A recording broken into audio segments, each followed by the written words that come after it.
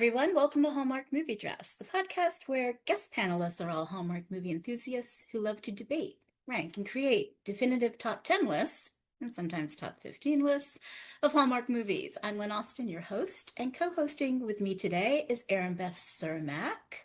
Erin Beth, before we get to what today's show topic is, I have to shout out Dan Abel Jr., CEO and Chief Chocolatier of Bissinger's Handcrafted Chocolatiers, for the Christmas at Bissinger's draft that we just did. He is such a great guy. He's a savvy drafter. Stephanie and I threw down against him to draft the top 10 list of the 16 holiday truffles that Bissinger's is offering this year. He's just fascinating to talk to. He does probably 5 to 8 podcasts a month. A lot of them are business podcasts or industry podcasts. But the very first thing that he said after I introduced him was, I'm going to upset a lot of people here, but I just want to say yours is the best podcast I've ever done. And I love that. I mean, he gets it. He gets the vibe. The first 15 minutes of the show is really interesting. Basically, a masterclass in chocolate making, chocolate industry, 350 years of legacy. So it's really cool. What I liked about it was what I found was there are two things that you're very passionate about, chocolate and Hallmark movies, because those vetoes were flying between the three of you. Yeah, they were. It's like, wow. It was a really fun listen, and everyone should jump on Bissinger's Chocolates. And with our promo code, you just type in HMD whenever you check out. You'll get 15% off. You can use it as many times as you want. You could buy a couple bags of the gummy pandas. You can get them for $6. So it's a really, fun little Yeah. thing to add on to your chocolate order, and just use that promo code. Yeah, $6 without even the promo code added to Yeah. it. Just $6 normally. So yeah, that's great. All right, so we got that draft down. We have today's draft, and also coming up, because it's December and I wanted to talk about Christmas movies, Stephanie's going to join me again, and we are going to draft a third show towards the end of the month, which is going to be the top 6 Lifetime Channel Christmas movies of 2025 out of the 13 that are there. Particularly excited because there's one I'm looking forward to that's on their LMN station called Do You Fear What I Fear? Evidently, it is a thriller. So this is right up my alley. I can't wait. I can't wait. But today's show is a record breaker for HMD. It's the very first ever Mega Maxi draft. That means it's a top 15 list instead of a top 10. And HMD has done a couple of top 15s before, like the Lacey Chabert draft that we did last year. That was a 15 mega draft, but all of those were done with 3 panelists. And today's top 15 is done for the first time with 5 panelists. That put the maxi and the mega. So you just skipped right over 4 panelists. You thought we're ready. We're ready for 5 panelists. You know how hard it is to score 5 panelists plus you and me? I think it's Lynn either math loves is me. hard. That's what I can tell.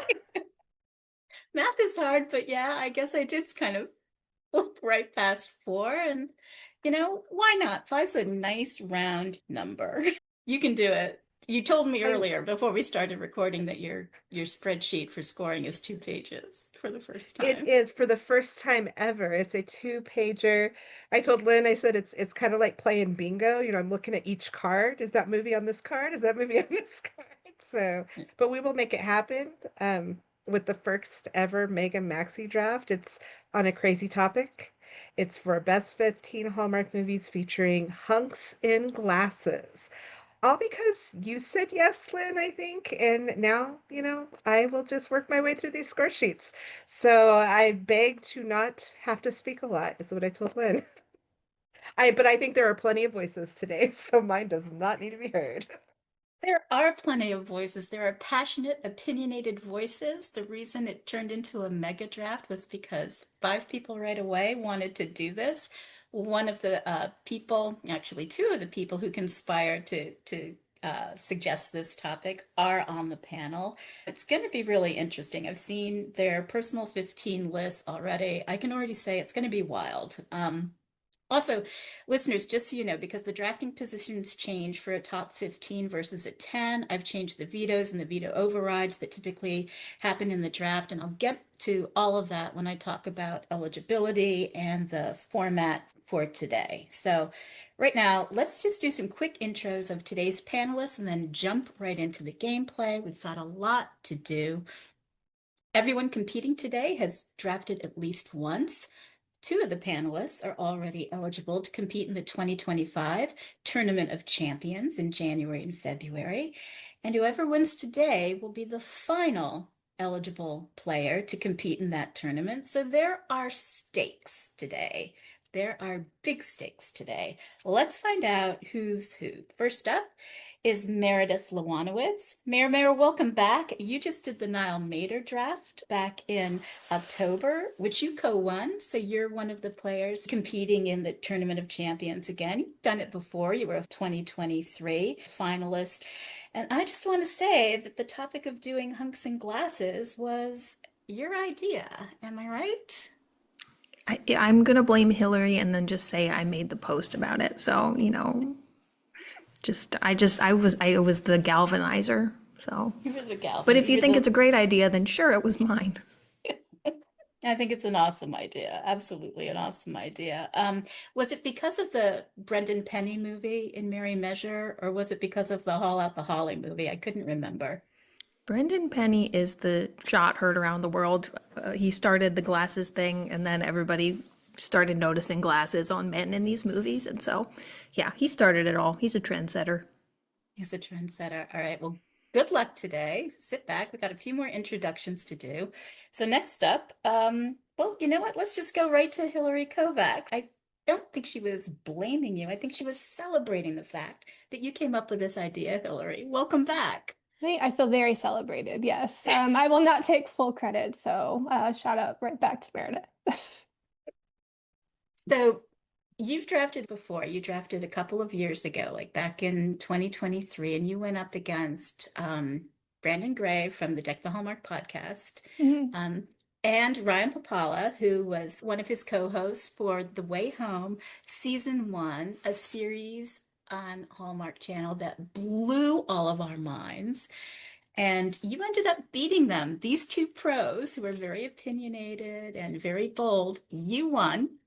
And you were eligible for the Tournament of Champions that year, and you made it into the second round. And that recording of round two with you is still one of my all-time favorite Hallmark movie drafts recordings ever. It just, Definitely didn't listen to it. So, or nor have I listened to my draft with Cece and Amy. So yeah. you're kidding. Yeah, None probably of won't them? listen to this one either. So that's okay. What are you doing? Wait, don't you like drafting? I Why don't love you listen? drafting. I love drafting.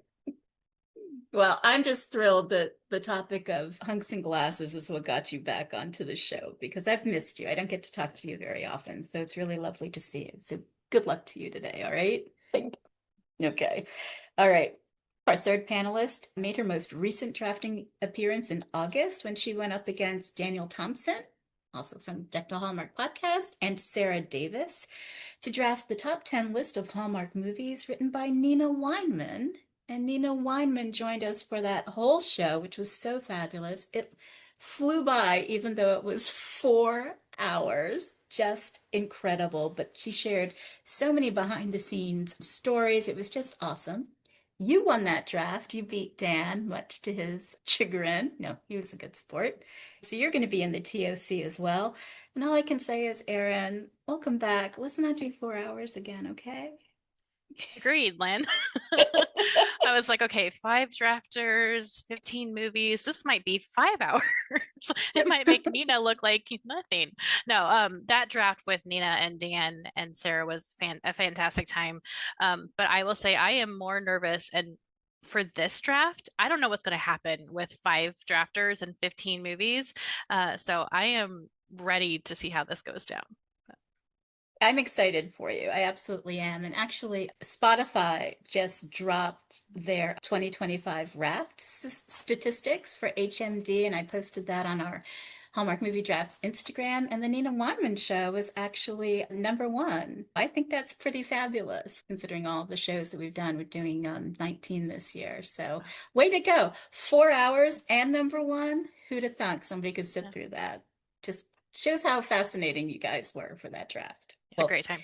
We'll do trivia round in just a minute. We've got 2 more intros to go. So speaking of Hallmark movie writers, our next guest is Alicia Lomas Gross. Alicia, you are the pen behind 2022's movie Perfect Harmony, which is truly one of my favorites. James Denton, so swoony. Dreamy. Just so dreamy. I have to ask you, anytime that I see you, can you share anything about anything that you might be working on in the Hallmark world? Nothing Hallmark directly. I'm finishing one with a friend. I don't know if it would be right for Hallmark, maybe another streaming network. It is a Christmas movie. And then I'm going to start writing one that I have an idea for myself. And so both of them, Hallmark producers want to read when I'm done. So there's that. I did write originally, what was it called? The one that was in Spain? No, it was in Italy. The 2 Scoops. No, the one that was just, Kevin McGarry. Oh, that one. The Villa Villa. Amore. Oh. So Villa Amore was the original idea. The original idea was set in Italy. Then when I was brought on, it was moved to Spain. And it was developed with a different actor. And then I wrote an outline in a draft. And then after I left the project, they obviously moved it back to Italy. So nothing of my, I haven't watched it yet, but I don't think anything of mine made it to air. But I was involved in the earlier stages with that. So listeners, just so you know, this entire time Alicia's been talking, her beautiful black kitty cat has been trying to take over the entire camera screen, and she keeps gently and lovingly sort of pushing him off camera, and he's now just going to like sit on your lap and love you to death. It's hilarious. I'm an Love it. admitted cat lady. I've got 5 of them right now, but one of them just will not stop. All right, well, maybe he can help you with your draft. Yeah. Good luck today. And finally, Thank you. last but not least, someone literally who I just did a HMD bonus show with back in November. Shout out Jessica Lowndes. Woo! She is the self-proclaimed harbinger of doom. One of my favorite people, someone who's not afraid to cause chaos and draft her picks on her true feelings. It's Cece Ponce, a dear friend and someone whose name I have been mispronouncing for almost 4 years until she clued me in at the end of the Jessica draft. It's okay. Calling me Ponce is like the least of all the crimes because often I go to the doctors or like a new place where I go and they call me like Ms. Pounce, and I'm like, where's the U coming from? Like the Ponce makes sense. There's no Y, there's no accent aigu over it because I'm not part French, I'm part Latino. And so it's fine. It's to be expected. And I don't like to correct people. So Except on lists. Yeah. despite being a Virgo, I just silently judge and don't actually outwardly correct people. All right. Well, good luck today with your Thank with your you. draft. I'm curious to see what's going to happen. Let's start shifting into gameplay mode. Let's talk about eligibility for this draft. Who the hell knows, people? I don't know anymore. I can tell you what it started as. I think I know where we ended up. It's the exact opposite of straightforward. The initial eligibility list of movies was back in June of 2024. It had about 21 Hallstar hunks on it who wore glasses in their movie. The list of movies was more than 35 long, but we needed to vet them. So we had to come up with what's the glasses wearing criteria. And if you think math is hard, try figuring out how much glass wearing is enough to make a movie eligible. Is one scene enough? What if the Hall star wears glasses for just a few moments, but it's sprinkled out throughout the whole movie? And what if it's not the lead male actor that's wearing the glasses, but a significant supporting actor or a member of an ensemble cast where there is no clear single lead? So with that, I just turned it back to the panelists, whose idea this was for the draft. And listeners, they did the hard work. They did everything. They not only watched and rewatched these movies in order to rank them, but they watched them in order to see if they were even eligible. So it turns out it's going to be 23 movies. The criteria for eligibility is this: the lead actor or significant supporting role or an ensemble cast member must wear glasses for at least part of the movie. A single scene is not enough, and sunglasses are not eligible. You can see their list of the 23 eligible movies on Hallmark Drafts. That's our letterboxd account. That's also where you'll be able to see the final list. Let's talk drafting positions for this match. There are 5 of them: A, B, C, D, E. Enough. E for enough. For this Maxi Mega Draft, Mega Maxi Draft, I'm going to say that all different ways. I've heard it both ways. I've said it both ways. It's going to be whatever it is. Every position for this draft gets 1 veto and 1 veto override. I'm keeping it really simple. Here are the picks that come with each position. And listeners, just so you know, all of the players receive a game sheet in advance so they can see what the drafting positions are, what comes with them. So they've got all those sheets in front of them. So they're all set to go, even though I'm reading this really quickly. Drafter E picks positions 15, 10, and 5. Drafter D picks positions 14, 9, and 4. C, 13, 8, and 3. B, 12, 7, and 2. And drafter A picks positions 11, 6, and the number 1 position on the list. So how do we determine who gets to be drafter A, B, C, D, or E? That's where Erin Beth comes in. She's going to test the panelists' knowledge with her trivia questions. I can't wait to see how this turns out.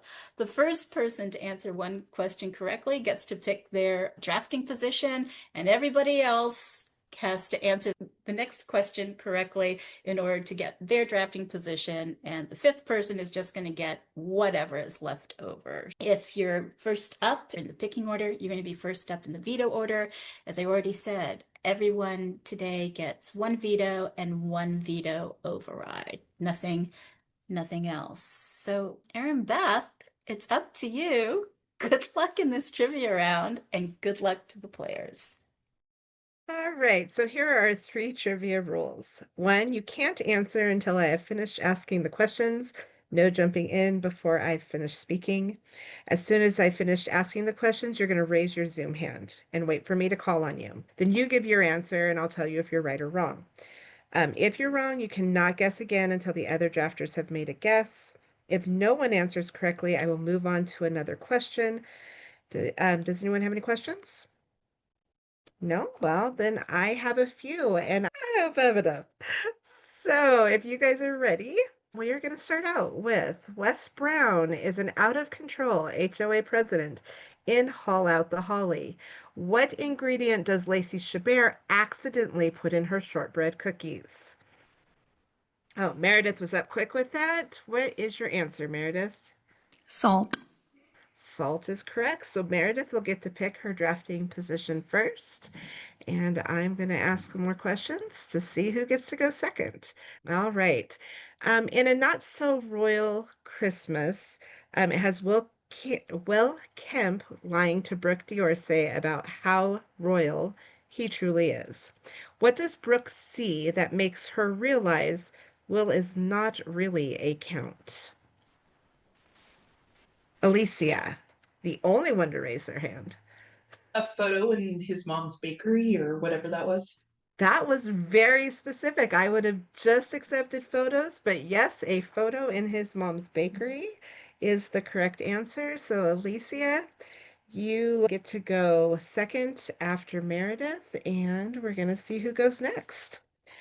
All right. In 8 Gifts of Hanukkah, an eye doctor and a contractor fall in love. What is the first gift she is given? Erin, you were up fast with that one. 2 dozen white roses. Correct.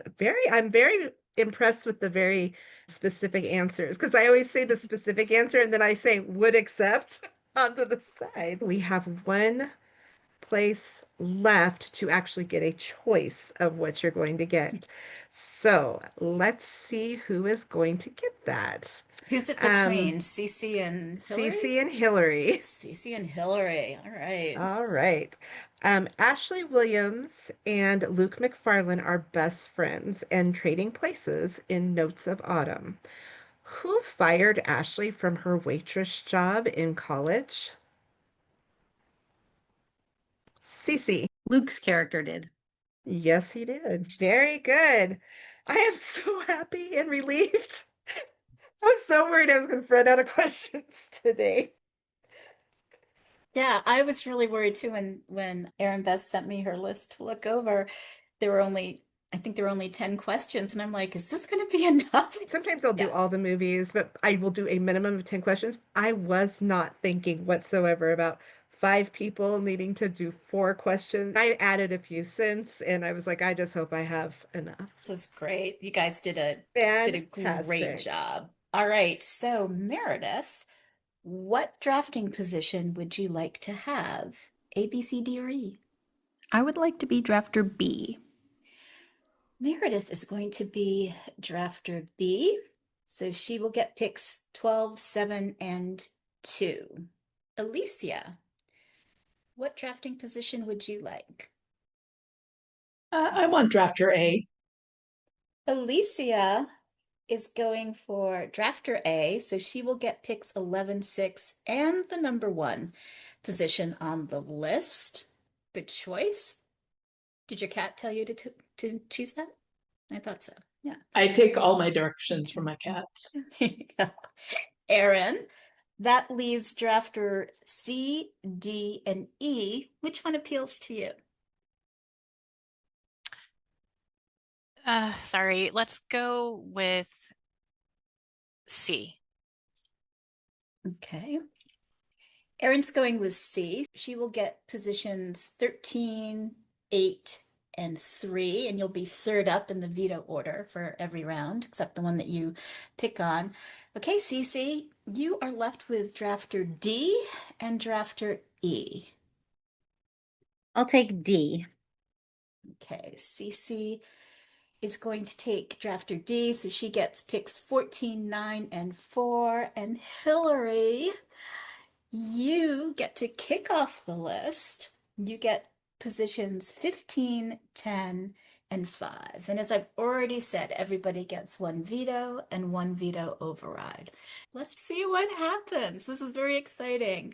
So Hillary, what would you like to offer up at number 15? I know how you love to lead the charge. This is so in your comfort zone, isn't it? I mean, honestly, this is the drafting position I would have selected. So it worked out great for me. I did not want the responsibility of anything close to the top of this list. So worked out. Yeah, with that in mind, yeah, excited to offer up what I think is the only appropriate movie for spot 15 and the only appropriate position for this movie. I am offering up the most colorful time of the year for spot 15 on this list. It's important to acknowledge, I think, first and foremost, that Christopher Russell is a hunk and did wear glasses.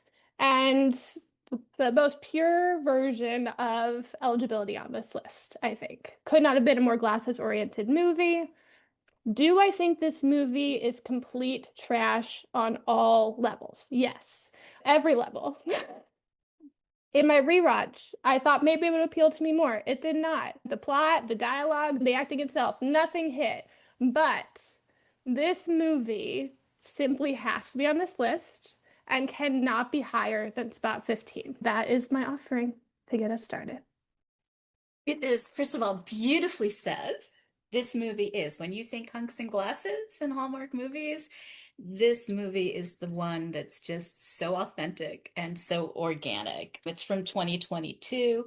Chris Russell is Ryan. Katrina Bowden is Michelle. He's an elementary school teacher who learns that he's colorblind, and Michelle is an optometrist and a mother of one of his students who helps bring color into his life for the holidays. And Kevin McGarry appears as the Santa photographer in a cameo. So, Meredith, who's first up in the Viva order, the most colorful time of the year at 15, Mare. What do you think? I mean, I wondered if someone would put this on the list because it's entertainingly bad. Like, you know, there's a boring movie that you just don't want to watch again, and then there's a bad movie that you enjoy because it's bad. I'm semi-surprised it's on here, and also not. And it doesn't bother me that it's here, and I think she's right that it could only ever be in spot 15. So I'm not going to do anything about it.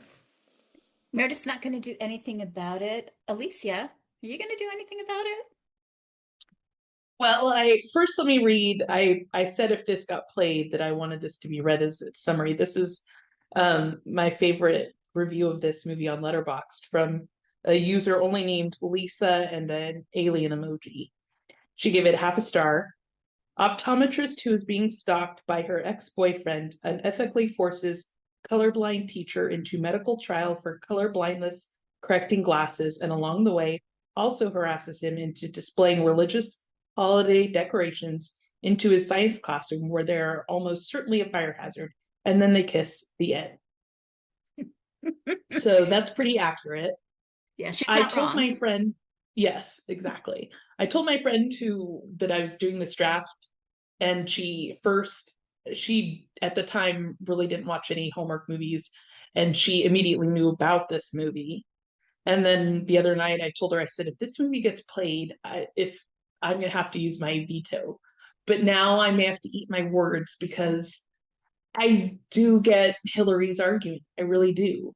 And there's perhaps another movie on that could be played that if it's played is not as hunks in glasses, and I would refuse to have that on the list. So I think I'm gonna let it slide. Alicia's gonna let it slide. Oh, wow, we're up to number 3 in the rotation. Aaron, so far it's on the list. What do you think? Veto? No veto. I love this at 15. It actually is 15 on my list for all the reasons that Hillary spoke to. And I will say the movie, yes, is trash. I did watch it a second time for the draft and I didn't hate it as much as I did the first time. I don't know what that says about me and whatever, but we'll go with it. And I'm glad you played it, Hillary. So no veto. Hillary, good job so far, but now it's the harbinger of doom. Cece's not shy. Cece, it's Chris Russell in glasses. Come It on. is. It is. So I had at the last minute came up with like a little rubric of how I was going to rank things because I was just switching too much. And I told Lynn, somehow this ended up at 6 on my list originally before I turned it in because I was weighting it way too heavily of like how important are the glasses to the plot. And then I was like, that cannot be weighted so heavily or this is going to be way too high on my list. It ended up at 14 on my list, so I'm fine with it at 15. The only reason it wasn't 15 was because what I had at 15, I took points off if the person was not the lead in the movie, so that kind of knocked that one down. But I'm all for it because I have him at hunk level 5 and glasses level 5. Now, overall rating of the movie, not very good. But since those two were part of my rubric, it made my list, so I'm fine with it. I love it, and thank you for sharing your rubric. I think that's great. Congratulations, Hillary. I can't imagine. I love Chris Russell, but I can't imagine this movie making the top 10 or top 15 of any other draft. So well done. It needed to be talked about. So good on you. All right, Cece, you're up next for 14, which your 14 just got played, right? So what are you going to do? I'm gonna play my 13. I'm gonna go naughty or nice. Oh, okay. Tell us why. I really enjoyed this movie. I'd never seen this movie before. I love Hilary Burton. It got knocked down a little bit because the glasses wearing character was not the lead. But overall, I gave the movie a 9, and glasses were not important to the plot. He didn't have the hunk level of some of the other people in this draft, but I really enjoyed the movie, which is what got it onto my list. I thought it was fun. I love mystical, like real Santa, and like the Naughty or Nice book was really cool. And like imagining what I would do if I had that book and who I would say their name to turn the page to see what they were up to. It was just a really fun movie, and I'm definitely like more a hijinks, like fun movie than a crying movie Hallmark person, so I liked it. Naughty or Nice. This is an old one, guys. This is from 2011. The hunk is Gabriel Tigerman. He's Marco. He's the hunk and the best friend. Hillary Burton is Chrissy. Matt Dallas is Lance. Holiday Humbug, Chrissy Kringle, probably the best Hallmark movie name ever invented. She receives a special delivery intended for Santa Claus. It's the Naughty or Nice book. He left it behind while visiting a child, and Chrissy uses the power of the book to expose the naughty deeds of those around her, but soon finds out that her newfound power may not always be so nice. This movie is a total romp. I love Hillary Burton in just about anything that she does. I hope she does some more Hallmark movies. She's in a few of my favorites. Naughty or Nice at number 14. Meredith, you're up. What do you think? Yeah, I thought this was a fun movie. I tend to underestimate the slightly older ones, and then they take me by surprise. And this is 13 on my list, so I'm very happy having it at 14. So no veto. No veto from Meredith. Alicia. A veto for me, I had it higher. I was number 9 because, spoiler, I ranked them based on like how entertained I was. I didn't include any real glasses thing like factoring into the final rankings. I really liked it. I liked that, you know, they were both heterosexual. He wasn't the gay BFF. Like, I appreciated it. Like, he was a straight guy. They're best friends at work. And I don't know, I just thought they had good chemistry. I thought it was funny. All the things that Cece said, it was just, yeah, it was very enjoyable. So I loved it. I Okay. would rank it higher, but I'm fine with it at 14. Alicia's fine with it at 14. Erin, are you fine with this at 14? I am perfectly fine with this at 14. I actually had it at number 11. What I really appreciated about the movie too is the fact that there was the message that you can be naughty and be nice, and it doesn't make you a bad person. Every person has layers and complexities to them, and we need to appreciate that. And so I think her learning that lesson throughout the movie was something that shouldn't be overlooked, with all the hijinks and the magical Christmas. So I'm great. Thank you. Good take. That's not a hot take. That's a great take. Thank you. Great message. And I have to assume that you said it because you are someone who is both naughty and both nice, or else you wouldn't have made that distinction. We can go with that, sure. I think so. Yeah. I think so. All right, it made it past Aaron. So that leaves us with Hillary for the final say. Is Naughty or Nice going to stay on the list at 14?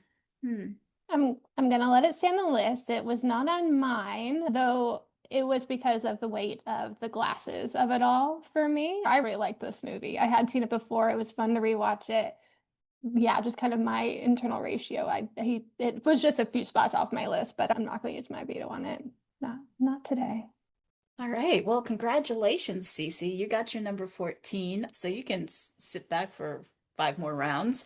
Erin, lucky number 13 is up to you. Okay. What are you going to play? We're going to go with Christmas Class Reunion. The hunk in glasses is Tanner Novlin. He played Devin. This was a Amy Teagarden movie. She was fantastic in all of her movies. I love the ensemble cast. The storyline of a cursed class who can't have a get together, I thought was a clever twist for a Hallmark story. But I really appreciated how she was a strong, independent woman who had a company, and yet she still had she was very caring to the daughter and wanting her to succeed. And also she has some type A personalities, which I can maybe relate to when I'm not being naughty. So I just thought it was a great fit for number 13. Perfectly said. And it's from 2022. I have nothing further to add. They did dub themselves the cursed class. Who doesn't love Amy Teagarden? She's really great. So, Meredith, you're like the gatekeeper, Mare. Yeah, this is tricky. It's not on my list because I thought it was really boring. Um, I did like his speech about being a dad at the end. That was nice. I'm torn. I don't think I feel strongly enough with only one veto to use it for this spot, so I think I'm gonna let it slide, but didn't love the movie. I felt like there were 2 minutes left in the movie, and I looked and there were like 15, and I was like, oh boy. So it wasn't great for me, but I'm not offended too much. Alicia, are you offended by this movie at number 13?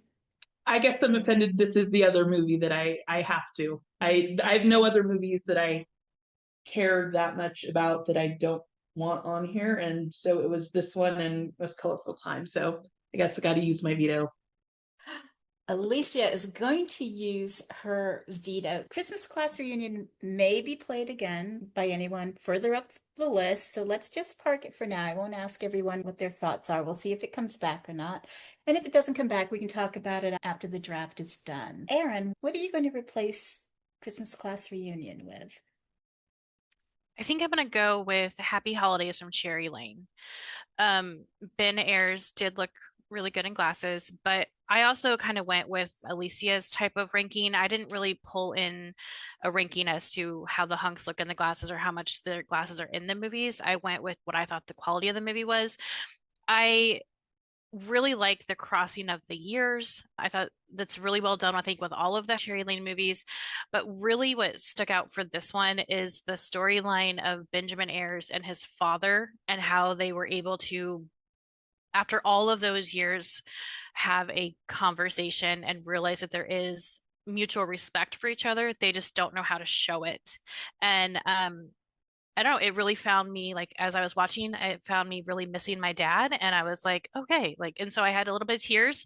So I like the big sads, I've realized, especially doing these drafts. So really for that relationship reason, we'll go with Happy Holidays from Cherry Lane. Yeah, this one made me cry too because I miss my dad really, really a lot. He died very unexpectedly at a young age. But happy holidays from Cherry Lane 2024. Just an all-star cast. Aside from Ben Ayers, you've got Julie Gonzalo, you've got Catherine Bell, Erica Durant is in it, James Denton is in it, Ryan Rotman is in this. There's the house as well, on top of everything else. So, Meredith, do you like Happy Holidays from Cherry Lane as the replacement at number 13? I love it. I am glad someone vetoed the last movie, and that it didn't have to be me. But this was my 12, and so I'm very happy to have it at 13. I think it deserves to be on the list, just not terribly close to number one, so I am pleased. Meredith is pleased. Alicia, how's this one for you? I loved it. It was number 5 on my list. I cried. I thought it was great. I thought all the storylines were great, but particularly that one. Yeah. Cece, you are next up in the veto order. Happy Holidays from Cherry Lane. Keep it, toss it. I had it smack dab in the middle at 8, because I think the hunk level 5 knocked it up there. It's an okay movie to me, but Ben Ayers is particularly hot in this movie. So yeah, I'm good with it. Cece's good with it. This is up to you, Hillary. Is it going to stay at number 13? It was 16 on my list, so it was very, very close to making my list. It just one of the storylines I didn't love as much, and again, like the role that the hunk wearing the glasses played was like a big part of some of my calculus. But I'm not going to veto it just because there's some things that I care about much more not being on this list. I'd rather have the list be good than apparently score points so far. So the list that you sent to me, I noticed the title of it, and I noticed how different it was from the list that you sent to me when you did your very first draft for The Way Home, Season 1, 10 Most Memorable Moments. This was a very pared down list. Now, Meredith sent me a list that was color coded. Cece explained her list to me, which was awesome. Erin was just grateful to get her list off her plate. She was just, this is fine. So, yeah, this was wild. It's good. My actual list has like 3 columns of ordering. So you got a very, yes, my actual list much more intricate. Okay, next up, Meredith is going to be making her very first pick at number 12 as drafter B. We're ready, Meredith. What is it? So, yeah, like I said, my original 12 was Happy Holidays from Cherry Lane. So I think I'm going to move up my 11 to spot 12. And I won't be surprised if people disagree, but my 12 now is going to be For Love and Honey. Love and Honey, 2024. It's a new one, pretty much a new one. Andrew Walker, Margaret Clooney is in it. This is one of the 4 original movies that aired in Hallmark Channel's June 2024 Passport to Love lineup. So Eva, that's Margaret Clooney. She's a beekeeper and she uncovers an ancient fresco while rescuing a hive. And Austin, that's Andrew, is a visiting archaeologist, thinks it's key to his research. So he tries to persuade Eva to help him on his quest across Malta. So tell me about Andrew in Glasses and this movie and why you chose it for number 12. Well, if Cece is rating this on hunkiness, then I assume that this movie's going to be on her list. Because Andrew Walker, first of all, with a beard, what a beautiful thing. And then with the glasses, is times 10. He's just very good looking in this movie. The chemistry between the two of them is really wonderful. The scenery is really wonderful. And the way they filmed it, like it's like widescreen. It looks more cinematic. So I know that those things alone do not make a good movie. But I was very taken by this movie. I was watching it with my roommate, and at one point, Andrew Walker says, "I'm an academic," and he's wearing like a tight Henley, and she goes, "He doesn't look like an academic." And she works in academia, and she's right, but we don't mind. So for the scenery of it all, and the chemistry, and the fact that she's actually British and not faking a British accent, I was grateful. So that is why it's my 12.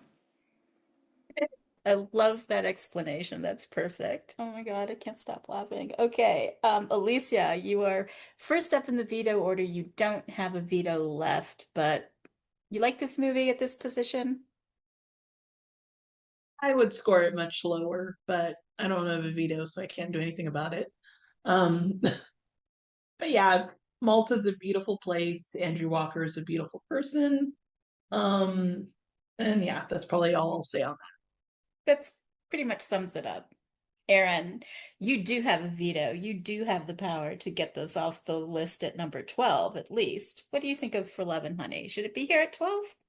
No, it shouldn't be on the list at all, but I'm not going to veto it because there are veto overrides, and I feel like I'd be overridden, or it'll come back higher, which could be even worse. I think this is where gameplay is really going to come into the list because it feels like Alicia and I have one way of doing this, and Cece and maybe Meredith and Hillary have a different way of doing it. As Meredith said about Christmas Class Reunion, she was bored. I was bored with this movie. I thought they were horrible to each other. They were rude. They were mean. There were a few times where I'm like, I love you, Andrew Walker, but you are not nice in this movie. I had it way lower, but if it was any higher on this list, it would be a travesty. So I will just let it ride. But You're gonna just let it ride. Maybe someone else will veto it. We don't know. Cece, For Love and Honey at number 12. You have veto. Okay, I have a 20-point rubric. It's not just about hunkdom. And this movie is very boring. I was bored out of my mind, but it's the hunkdom that keeps knocking the people up. So, like, this movie probably it would have been, I counted while you guys were talking. It would have been 13th on my list if it was for how much I liked the movie. But it's 7th on my list because of how hot Andrew Walker is. He just knocked it up. It's the beard, it's the whole package.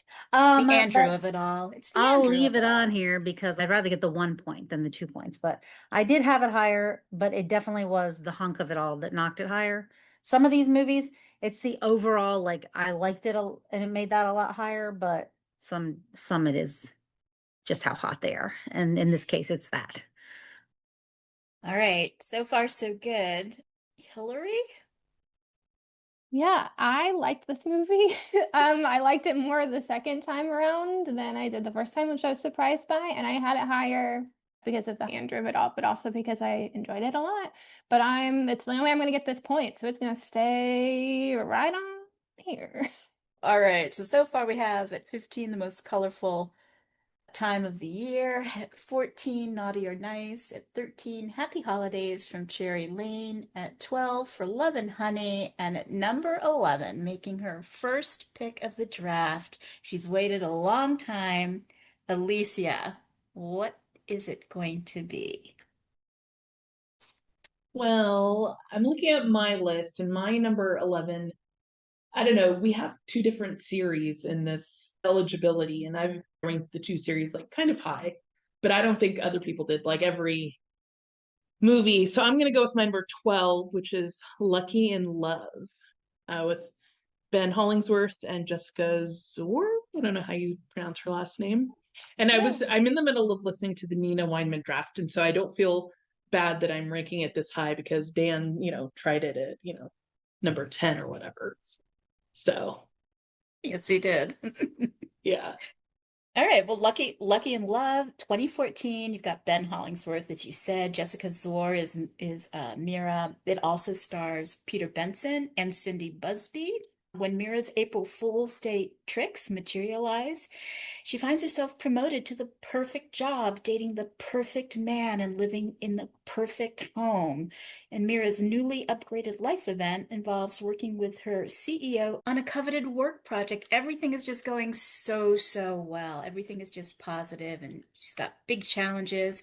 And then she realizes the pursuit of perfection is a fool's errand. And in order to achieve a life that's perfect for her, she must let go of perfection and chase what brings her true happiness.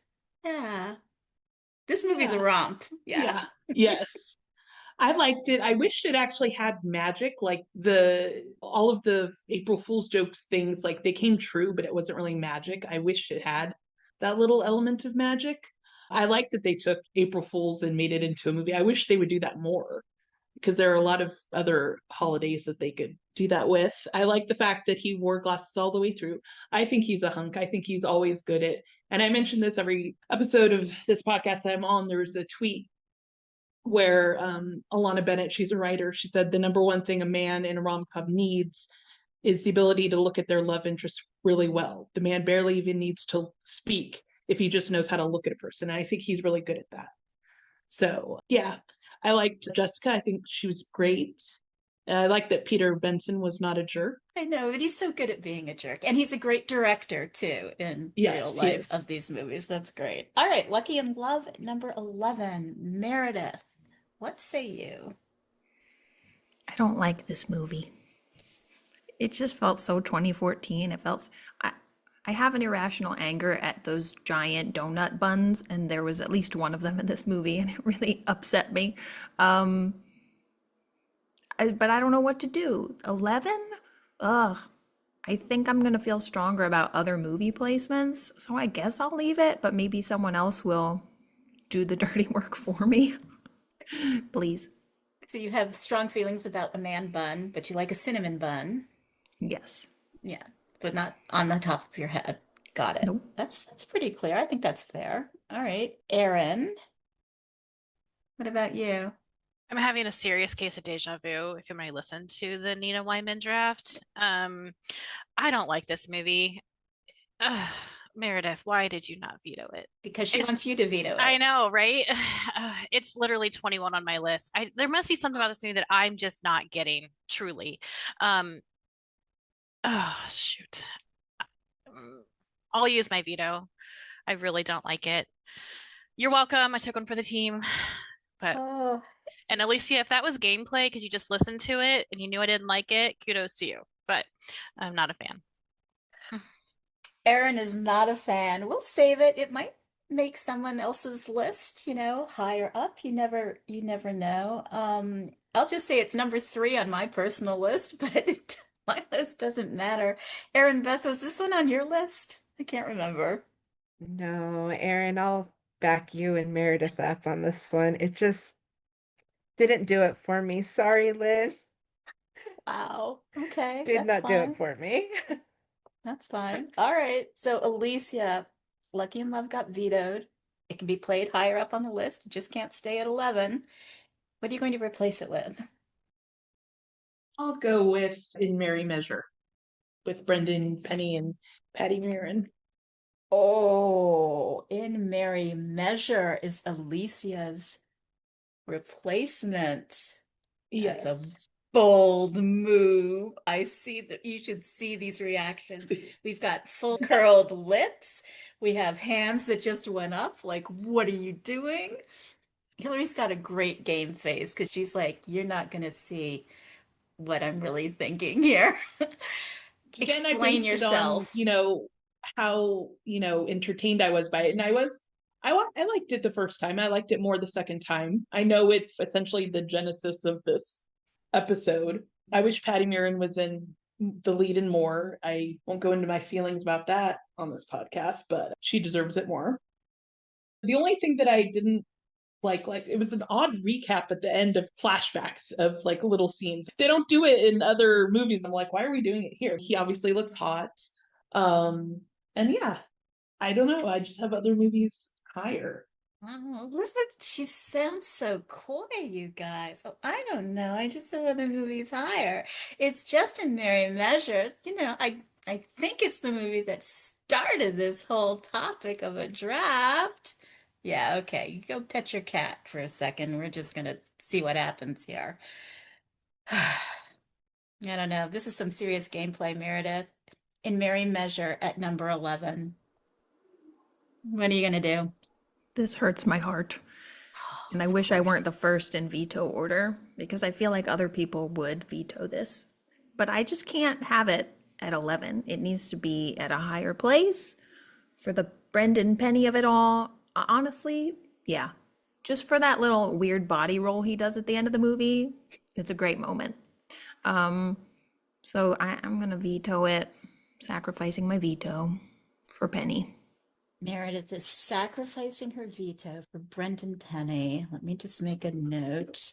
So Alicia, you still have to come up with a replacement again. You tried Lucky in Love, and Aaron said no. You just tried In Merry Measure, very bold, and Meredith said no. So what's your third attempt going to be? I'll go with my real 11, which is Haul Out the Halloween. Okay, tell us about it. It's Wes Brown and Lacey Chabert. It's the number oh wait, did I say Haul Out the Halloween? Yeah, it is. You Okay, did. it is. All right. Yeah. I just watched it. It's the third one, right? Yeah. Yeah. It's my least favorite of the three. I don't think it's as strong and as funny. It's still funny. And I think it suffers from a lack of strong conflict. The first two had very obvious conflict, and these were just little conflicts. So I know I'm saying like negative things, but I'm just saying it because it's my third of the three favorite. Something that really turned me off at the very beginning. The friend tells Lacey, "You are the most deserving bride and groom." I'm like, what does that mean? Who deserves marriage? It's just weird, but it's still funny. They're all great. Obviously, after three movies, the core members of Everscream Lane are very funny. They've got great chemistry. Wes, of course, looks fantastic in glasses. His hair, I'm like, I didn't know his hair was that high.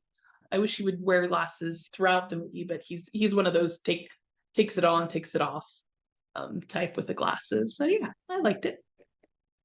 All right.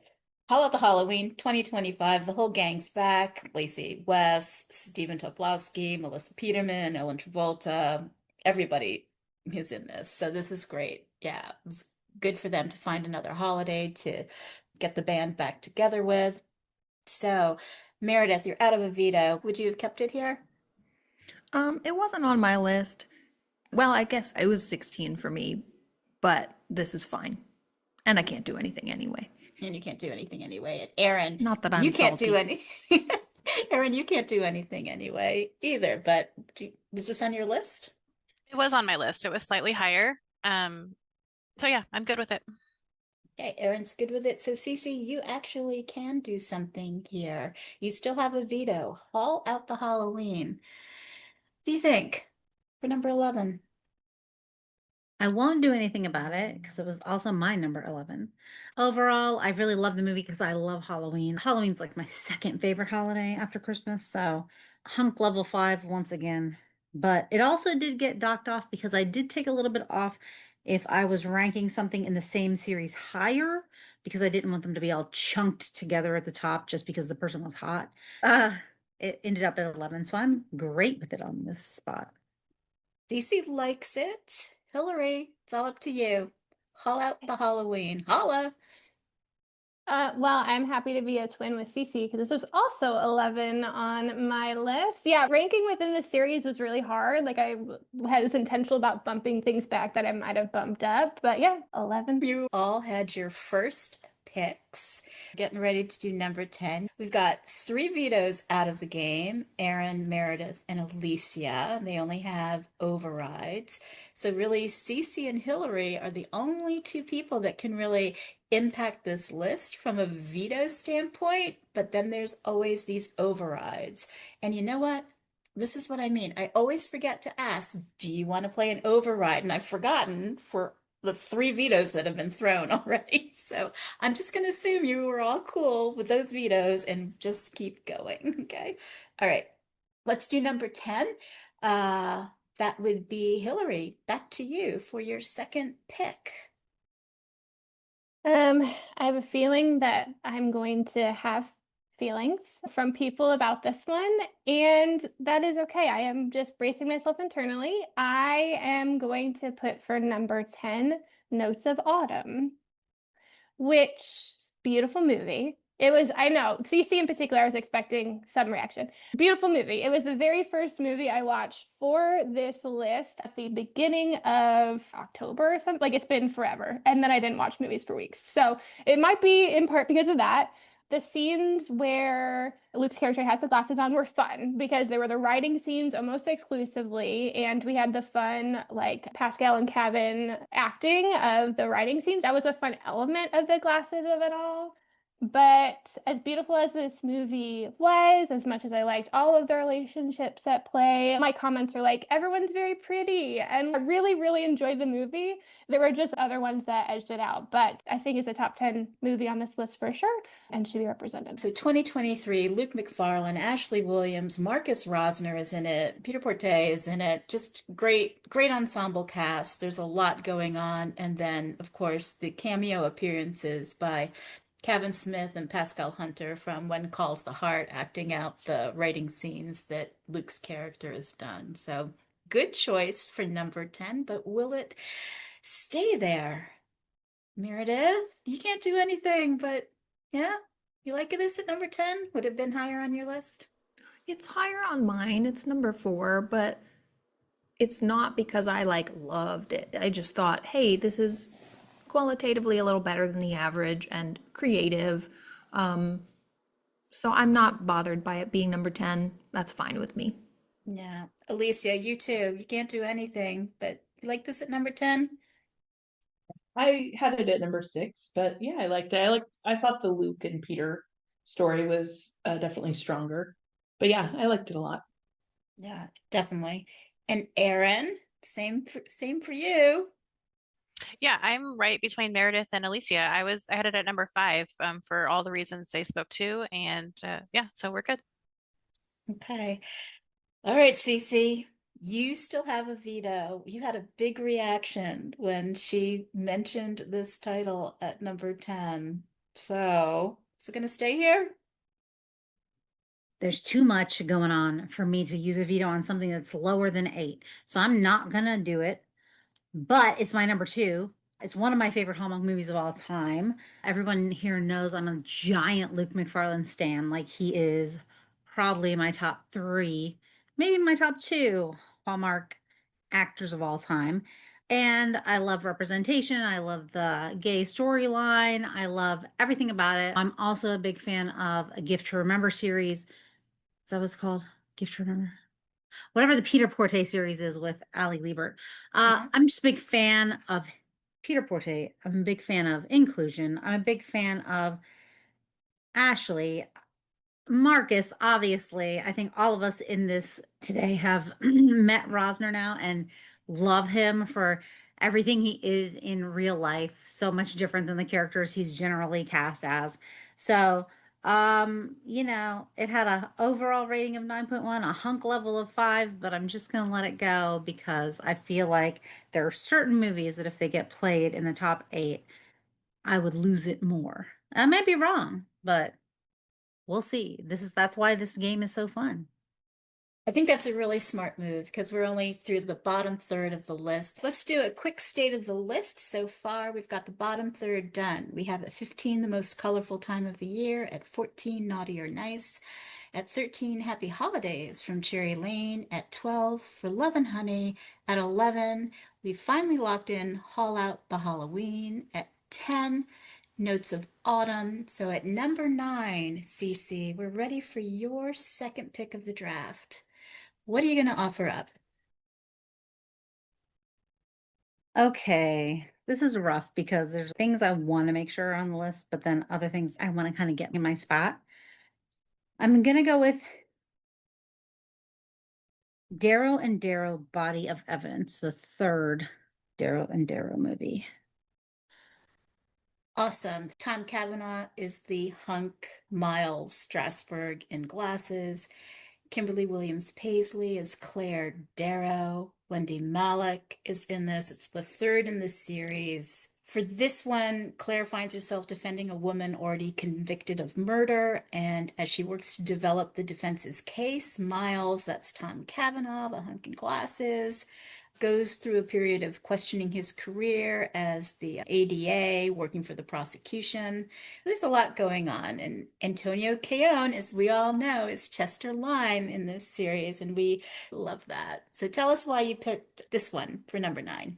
So when I was looking at the Darrow and Darrow movies, I was trying to figure out like maybe not which is my favorite one, but which is the one where they've really hit their stride in terms of like the character development. I don't know that this is the best plot in terms of a murder mystery, but I felt like this was the one where Tom Cavanaugh kind of peaked in his hunkiness. And since we're doing a hunk draft, I thought this was the one where I found him like the most attractive. He was questioning his career path. And so he was wearing a lot of Henley tees with his blazers instead of like a buttoned up situation with a tie. So it's where I found him to be the hottest. And it was probably my second favorite one in terms of the plot or like the murder storyline. But I just thought for this draft, it was the hunkiest of the Tom Cavanaugh situations. Who doesn't love a good Tom Cavanaugh situation? Because that guy in glasses, absolutely. Very hot. All right, so Meredith, do you like the Darrow and Darrow series? How do you feel about this one at number 9? It was the first time I'd seen all but the last one. And while I agree that not all the mystery plots are always amazing, there's a lot of variation. The dialogue is really good, and the chemistry between Kimberly and Tom is so good. This particular one isn't on my list because I found the story kind of boring. I have a different Darrow and Darrow at number 8, but again, I can't do anything about it. And all the things that Cece said are true. So Tom Cavanaugh is a good-looking man. I don't know what food he is, but he's a good-looking man. Cece always speaks the truth. She may not always be right, but she speaks the truth. Okay, Alicia, you can't do anything about it. How do you feel about this at number 9, though? We want to hear your thoughts. It's good. I had a little bit lower. It's my second favorite of the Darrow and Darrow, and I ranked them based on, like Cece said, like how, how it had come together as a series and was firing all cylinders. The only note I had for this one was I thought Wendy Malick was particularly hilarious in this one. And Tom's always hunky. I've loved him since Ed, so I'm happy with it at number 9. Wendy Malick is a national treasure. She's so good in everything. She was really great in episodic sitcoms on TV, and she's back again for Chicken Sisters. So what's not to love about her? Erin, what is not to love about Darrow and Darrow Body of Evidence at number 9? You can't do anything about it, but I know you love mysteries too. I do love mysteries. I think with this one, as some have spoken to, the mystery wasn't that great. For that reason, it didn't make my list. I do agree with what Cece said. It did feel like the characters hit their stride. I liked when Tom Cavanaugh started kind of questioning his career path and what he wanted to do. So Cece makes some very valid points. It's not on my top 15, but I get why it's here and I can't do anything about it anyways. So yeah. Hillary, Yes. you are the only one that can do anything about this at this point in time. Is it going to stay at number 9? Do you want to throw a veto? Somebody might override it, if I remember to ask. I say plenty of overrides around here. Lots of overrides. No, I'm gonna leave it. I think ranking the Darren Darrow ones was kind of the most complicated in terms of which factors I took into account. This was in my top list. It was just a few spots off, so I'm gonna leave it. I really enjoyed it. Okay, Darren Darrow, body of evidence. That was the third out of the 4. It's going to stay at number 9. So, Erin, number 8, lucky number 8 is up to you. And really, only Hillary and Cece have vetoes left. I'm gonna go with the Cases of Mystery Lane, the first one. Paul Campbell is the hunk in glasses. Amy Garcia plays his wife, Birdie. First off, I think Amy Garcia needs to be on Hallmark more. She's a delight. I know this is a hunk in glasses movie, but if anybody is a Criminal Minds fan, she was in the last season of Evolution and she nailed it. So shout out to her. I enjoyed this one. I thought the mystery was good. I liked the fact that there was more inclusion with a gay storyline. I appreciated that and it wasn't shied away from. I know that there are differencing of opinions for Paul Campbell, but I do feel in this role he did really shine. It felt like it was written for him. He didn't go too over the top with it. I hated the fact that they were lying to each other as a married couple, but I get it. So I think overall, I enjoyed it. I think it's better than the other one. Spoiler. So for those reasons, it's my number 8. Yeah, the Cases of Mystery Lane, Paul Campbell's wheelhouse really is in that sort of quirky comedy role, and his character in this one has definite quirks. There's some funny scenes in it, and I think she's just great in everything that she does as well. You mentioned Criminal Minds, so good shout out for that. So Meredith, again, can't do anything but Cases of Mystery Lane. Do you like this one? Yeah, I'm happy with this. It was my number 6, and then after placing it there, I thought maybe it should be slightly lower. So I'm happy with this. I agree. I love their chemistry, and I think Paul Campbell's hilarious. And it was a unique mystery. And I'm sad that I'm pretty sure the series was canceled. I would love to see more of these.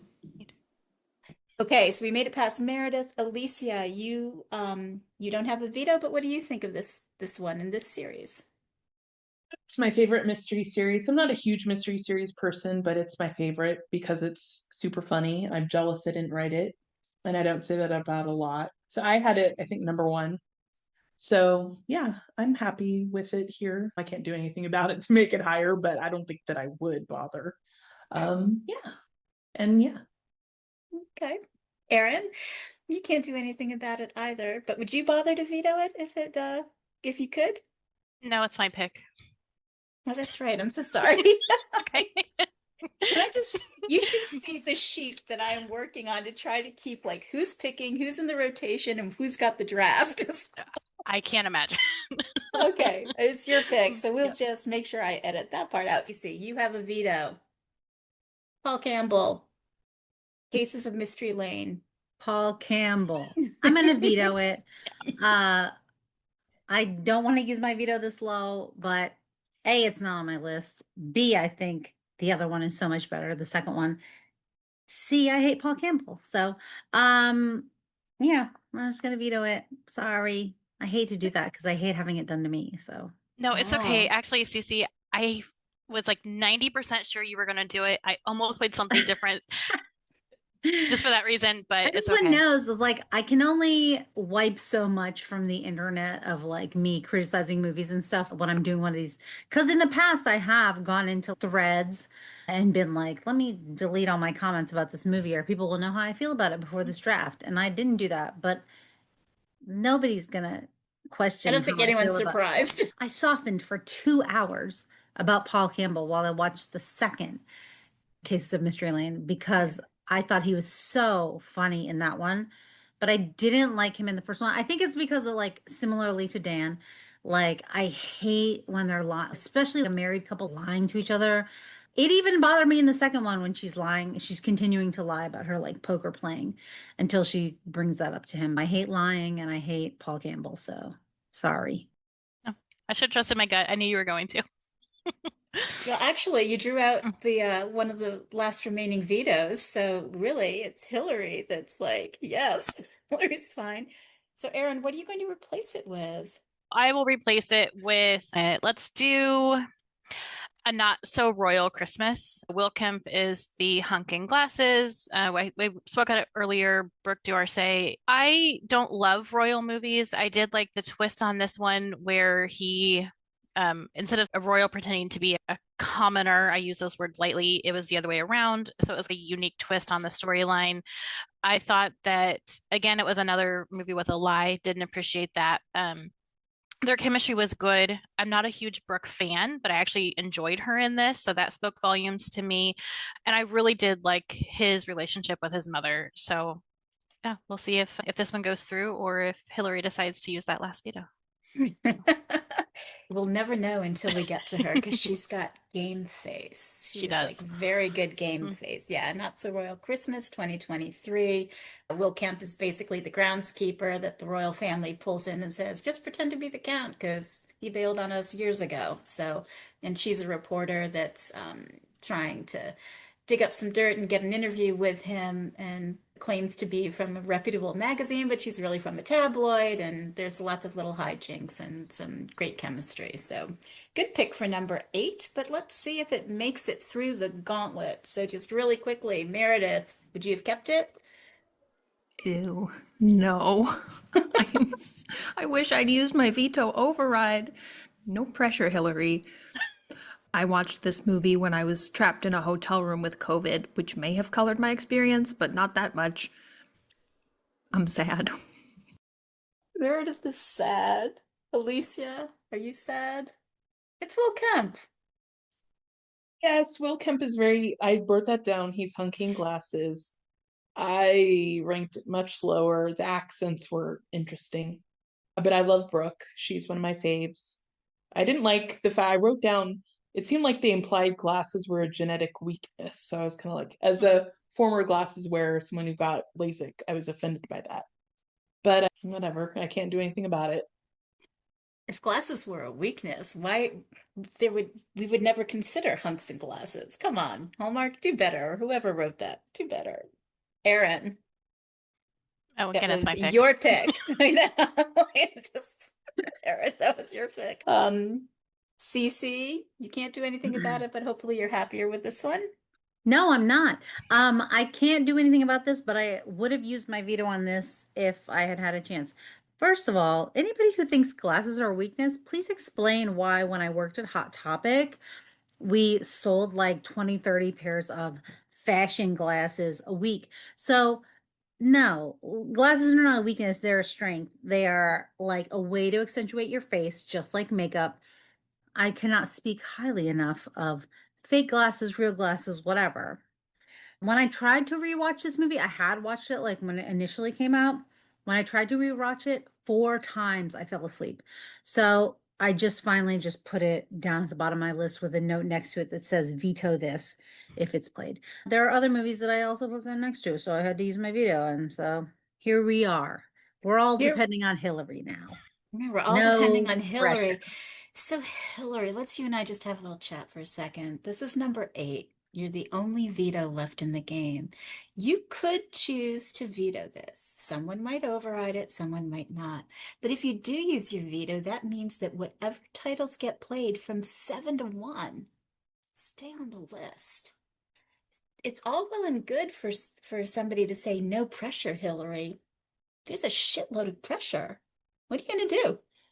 There's a lot of attempted pressure, at least, but I had this at 6, so it's gonna stay right here. I know I was surprised too. It was a little bit lower on my initial ranking, and then when I did some shuffle and moving and did my whatever, it wasn't exact math, but it's in my top 10, so I'm gonna take the point. Sorry, friends. Thank you, There's Hillary. shades of Kate Baca Just there. trying to I'm help just going Aaron to get take out of this purgatory situation. shades of Kate Baca. I'm just going to take the point. Let's go. I think that's great. All right. A Not So Royal Christmas stays at number 8. At 7, Meredith. It's time for your second pick. What are you going to throw at us? Okay. Number 7, In Merry Measure. Hey, and Merry Measure coming back again. It was originally played back at number 11, where you vetoed it. So tell us why you're going to play it at number 7. I often enjoy the movies that take me by surprise. Some movies I go into with no expectations, and I think this was one of them. And the surprise was Brendan Penny, because previous films of his, he was fine, in my opinion. But this one, I just felt like he had an edge to him. He was, I don't know, I really liked his performance, and the glasses were fun, and just like the goofiness of it all. So that really bumped this one up for me. I liked the singing, although it didn't make any sense that simply moving them from the classroom to the stage suddenly made them good, but I don't care. So I think 7 is an appropriate place for this one. Okay, Meredith thinks 7 is an appropriate place for In Merry Measure. Of course, there is the glasses of Brendan Penny of it all. You do have to enjoy singing in your Hallmark movies to like this movie beyond the Brendan Penny and glasses of it all. So let's just do this gauntlet. Alicia, yes, no? Would you have kept it? I mean, I had it, at 10 originally on my original list, so I'm fine with it at 7. Okay. Erin? I Thoughts? adore this movie. I feel like I might be the majority there. I'll just say it. It was my number 1. So I feel like this is really low, but I'm really happy it made the list. And yes, there are a mountain of wait whats, and I get that. It also feels like the Christmas prop department just decided to throw every stupid decoration into the entire movie. But I adored it. I don't know why. I thought it was hilarious. So I'm a little sad it's not higher, but I'm really happy it's on the list. You're happy it's on the list. Cece. I had it a little higher, not much higher though. So I'm cool with it. I know that when I watched this the first time, I did not like it at all. I think it was ranked much lower on my like Christmas movie list of that year. But when I rewatched it, I just liked it more. So I'm cool with it here. Of course, they're all cool because they can't do anything. You are in the power seat, Hillary Kovacs. Thoughts on In Merry Measure at number 7? This is complicated for me. I really love this movie, as we already know. It was a bit higher for me. I'm glad it's in the top 10. I'm gonna let it stay. I think that's a very smart move because we still have, 6 through 1 to get through, and you are the power seat at the moment. So, Alicia, that brings us to you for number 6. Let me do a quick state of the list. So we've got the most colorful time of the year at 15, at 14, Naughty or Nice, at 13, Happy Holidays from Cherry Lane, at 12, For Love and Honey, at 11. We finally landed on Haul Out the Halloween at 10, Notes of Autumn. At 9, Darrow and Darrow, Body of Evidence. At 8, A Not So Royal Christmas. At 7, we just locked In Merry Measure. Everyone is out of vetoes except for Hillary. So at number 6, Alicia, you're going to make your second pick here. What's it going to be for number 6? What's going to sit right above In Merry Measure, Brendan Penny and his glasses? Chose How to Fall in Love with Brooke D'Orsay and Eric Mabius. Tell us about why you chose this for number 6. I love Brooke. I don't know, I just thought it was really funny. I thought it was sweet. I thought Brooke really sold the movie. I thought it was a bit ridiculous that it was so incredibly difficult for her to break into the world of event planning and decorating and stuff. That was a bit odd. But I don't know, I just thought it was a good classic Hallmark movie. Yeah, How to Fall in Love 2012. This is my number 1 for this list, so I'm really bummed about it. Just so much charm. I never saw any signed, sealed, and delivered movies up until a year or two ago. And so I really wasn't familiar with Eric Mabius, but I love Brooke Dorsey. I think she's great. She's one of my favorites. So I love the dance scene in this. It's just really a charming, charming movie. So, And that what? kiss, it like in the middle, I was like, okay, Yeah. that was pretty hot. And the supporting cast is good. We'll see what happens with How to Fall in Love at number 6. Meredith, thoughts? Yeah, this is a very charming movie. It was slightly lower on my list, but I can definitely be persuaded that this is a good spot for it. Both leads are wonderful. Brooke Dorsey is awesome. It's one of the early ones I remember, so it's good for me. It's good for Meredith. Erin, is it good for you? It is good for me. I really enjoy this a lot more than I thought I would. Lucy, is it on your list? I mean, it's on my list, but it's much lower and it's kind of trash. I can't stand Brooke Dorsey's character in this movie. She is a bitch. She is a mean girl from high school. She's a popular kid who's never noticed this guy until now. I hate that shit. Were none of you unpopular in high school? It was very hard for me to like this movie as someone who was like made fun of in high school. I hated her character. But the fact that I loved his character so much and how forgiving he was and what a good person he was, and like the fact that the glasses came off real early in the movie and they were part of him getting hot goes against so much of what I feel about glasses. Making someone hotter. The only things that were below it were like most colorful time of the year and Christmas class reunion in terms of like how much I thought like the quality of the movie. Eric Mabius is hot though, glasses are not, and I'm okay with it because I'll get 1 point, but it was way lower. I love your glasses. Your glasses are super cute. They really are. Hillary, This is every time it's like I really feel a lot of pressure. I guess. Yeah, now I'm feeling it. And like internal conflict because again, I had an initial ranking. I had my actual favorites, and then I had the like what I submitted based on all of the complicated like factors I was weighing out. This is like in my top 5 personal favorites. Somehow, shockingly, I'd never seen it, but like loved it. The kiss scene, just like various parts of my notes are like, oh my gosh, what are they doing in this movie? It is on my list that I submitted, though much lower, but it was only a lower because of the removal of the glasses, as CC was identifying. And that is still less of a crime than some of these movies did with the glasses or the role played. So I'm gonna let it stay. Hillary is going to let it stay. Hillary, can I just say, you are the perfect person to have the one remaining veto in this list that everybody tanked out at halfway through. Because let's remember, by number 8, which is halfway through the list, math is hard. Who cares? It's 15. Good enough.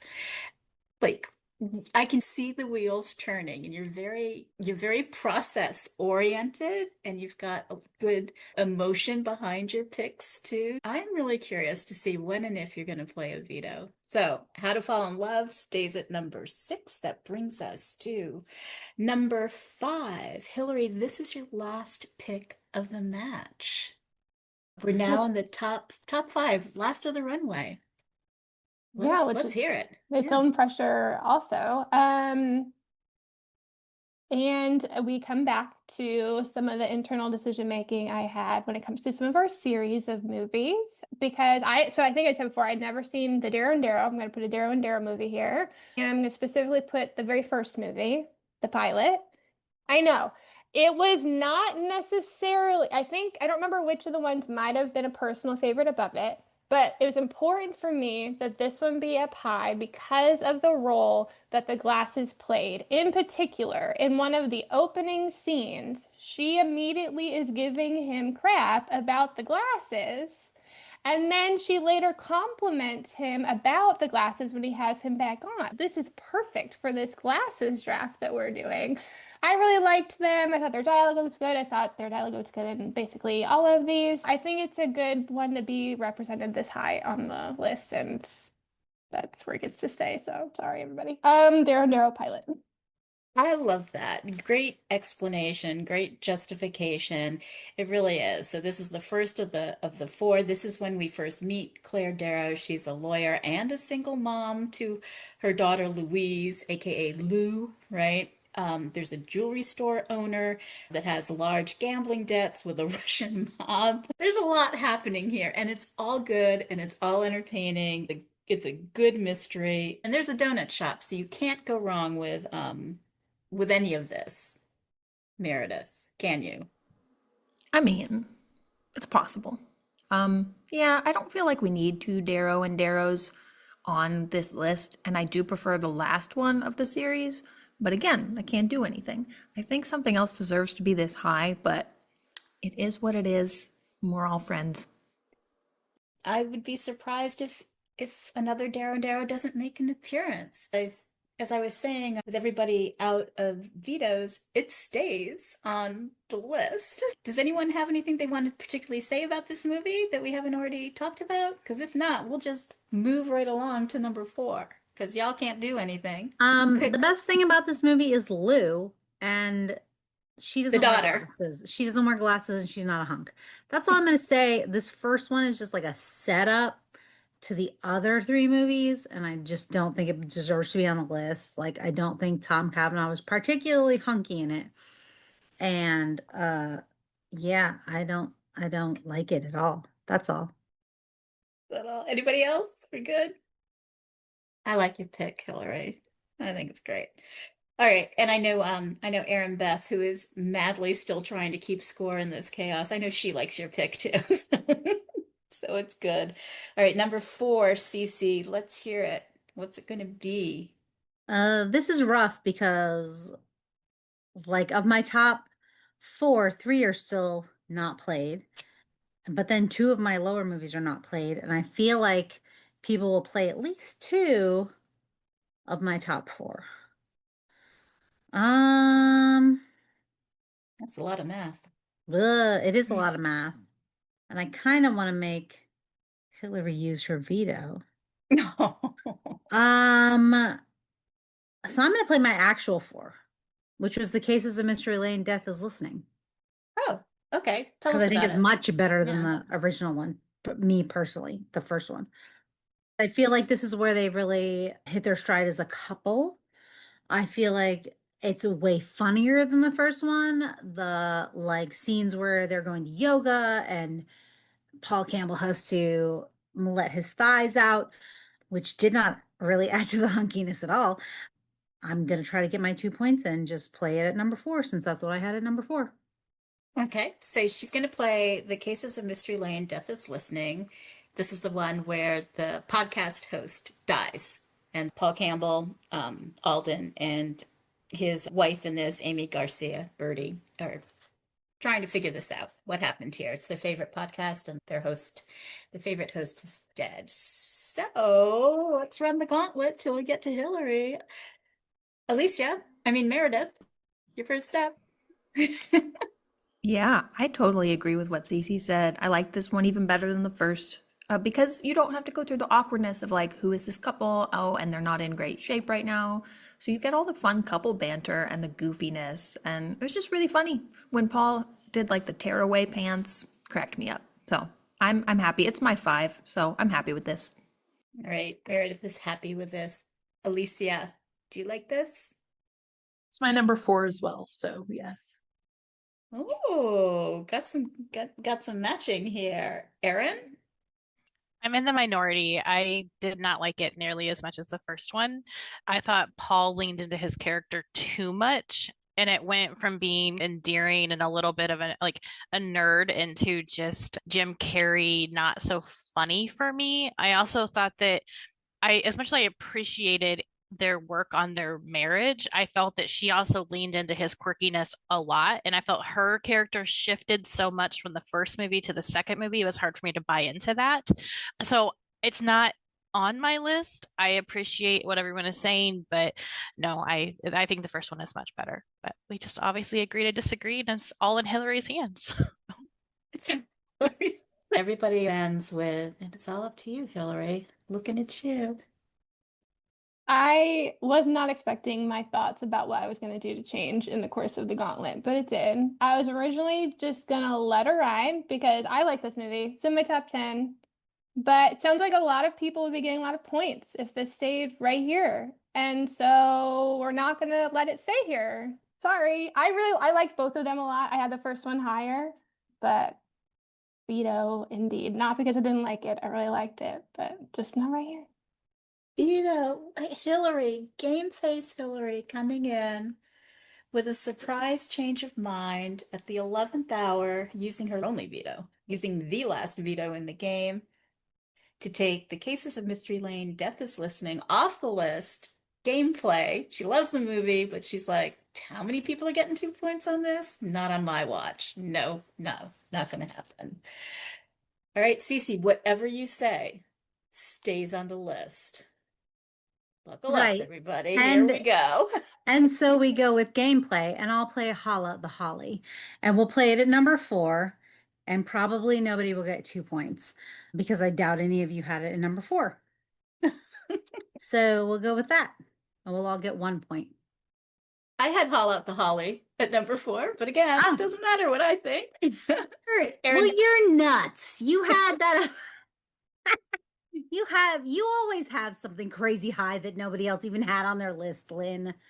I know. After we stop recording, listeners, because of time, we're not sharing our personal lists live in the recording. The personal list will be posted on Hallmark Movie Drafts Instagram. Okay, Haul Out the Holly is on the list. Meredith, do you like this for number 4? No, I should have used my override. I should have been spicier, faster, but it's too late. So this deserves to be higher.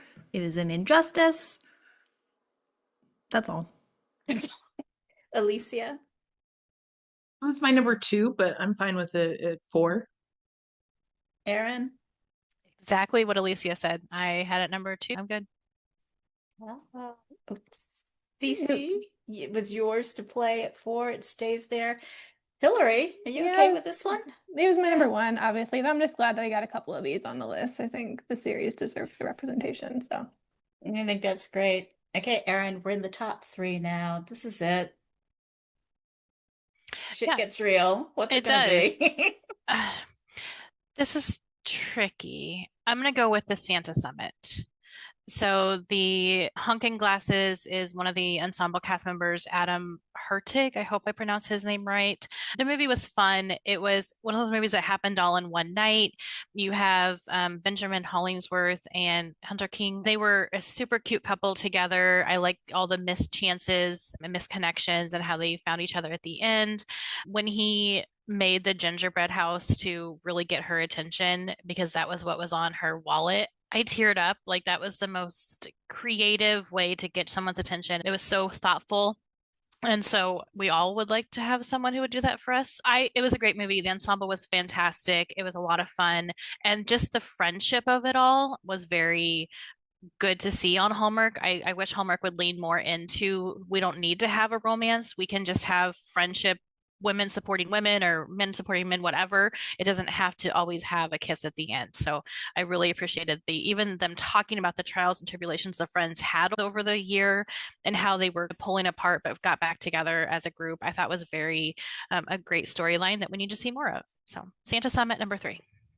Santa Summit number 3, that's where it's going to stay 2023. So you've got like these 3 teachers that are out trying to get their groove back, all that good stuff. And it's a Santa crawl that's happening. So all the Santas are looking alike and hijinks happen. It's like this one crazy night theme that's built into it as well because the guys are trying to find the girls are going about their business. There's a lot of fun, there's a lot of interaction, and there's some good commentary on a deeper level too about just life and trying to find your path and everything. So great pick for number 3. It's on the list for sure, but Meredith, your thoughts on the Santa Summit? Where was it on your list? It was number 2 on my list, so this is okay. I agree with all the points. It's a good friendship movie. I like the Lord of the Rings nerdiness of it. And we got that good Cher song in there and Niall as DJ Ginger Jeff. So this is a great movie. It's very fun. And I'm still salty about Death is Listening. It's okay. It'll be all right.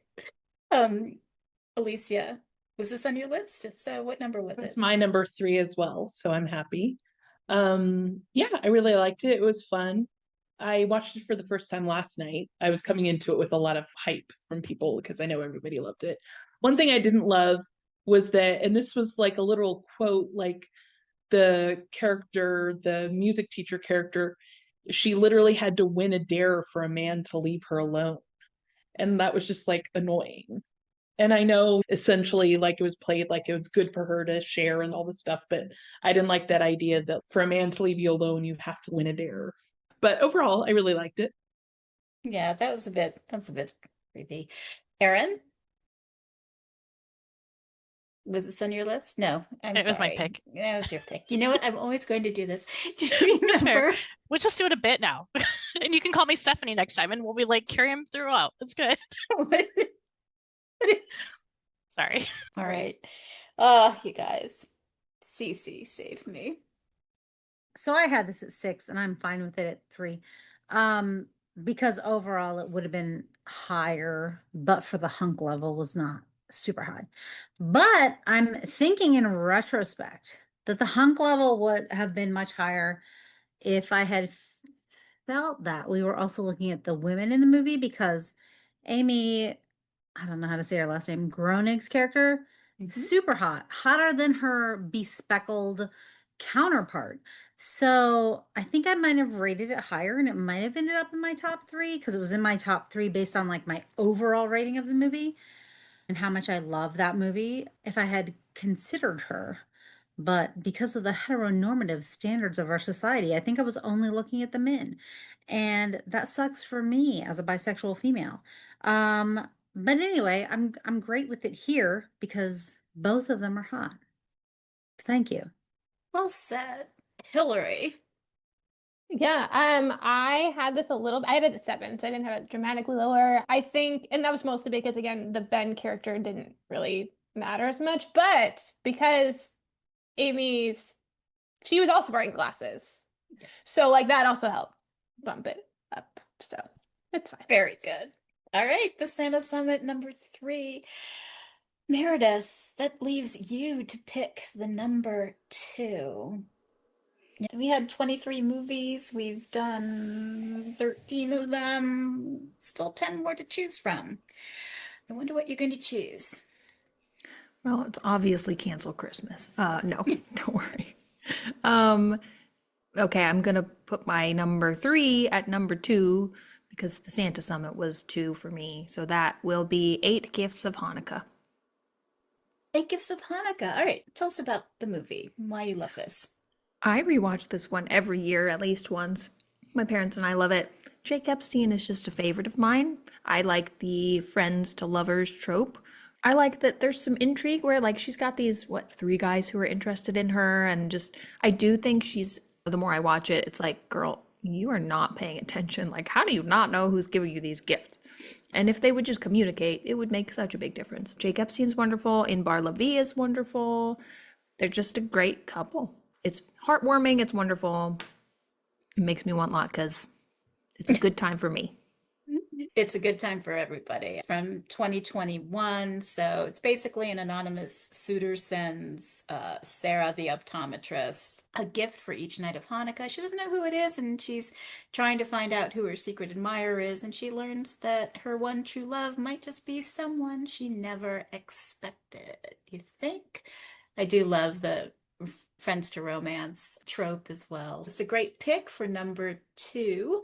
Alicia, do you like this one at number 2? Is it on your list? It No. wasn't on my list. This is a scrunchy face over here. Yeah, it's not bad, but I was like, does this woman work or does she just date? Because like she's constantly just dating during the day and not working. And then I just thought it was odd that she was like, she said she was falling in love with the guy who's like giving her gifts. I'm like, because he gives you gifts. I mean, I know that they were meaningful, but it just left a in my mouth.